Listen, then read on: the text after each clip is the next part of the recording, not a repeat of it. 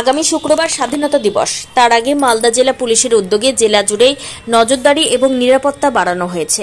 কারণ মালদার একদিকে রয়েছে ভারত ও বাংলাদেশ সীমান্ত, অন্যদিকে রয়েছে বিহার ঝাড়খণ্ড সীমান্ত।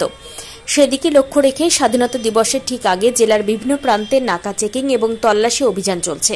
ঠিক সেই রকমই বুধবার বিকেলে মালদা জেলা পুলিশের উদ্যোগে মালদা শহরে ফোয়ারা মোড় সহ একাধিক জনবহুল এবং শপিং মলে স্লিপার ডগ এবং বোম স্কোয়াডের কর্মীরা তল্লাশি অভিযান চালান এবং নিরাপত্তার বিষয়টি খতিয়ে দেখলেন।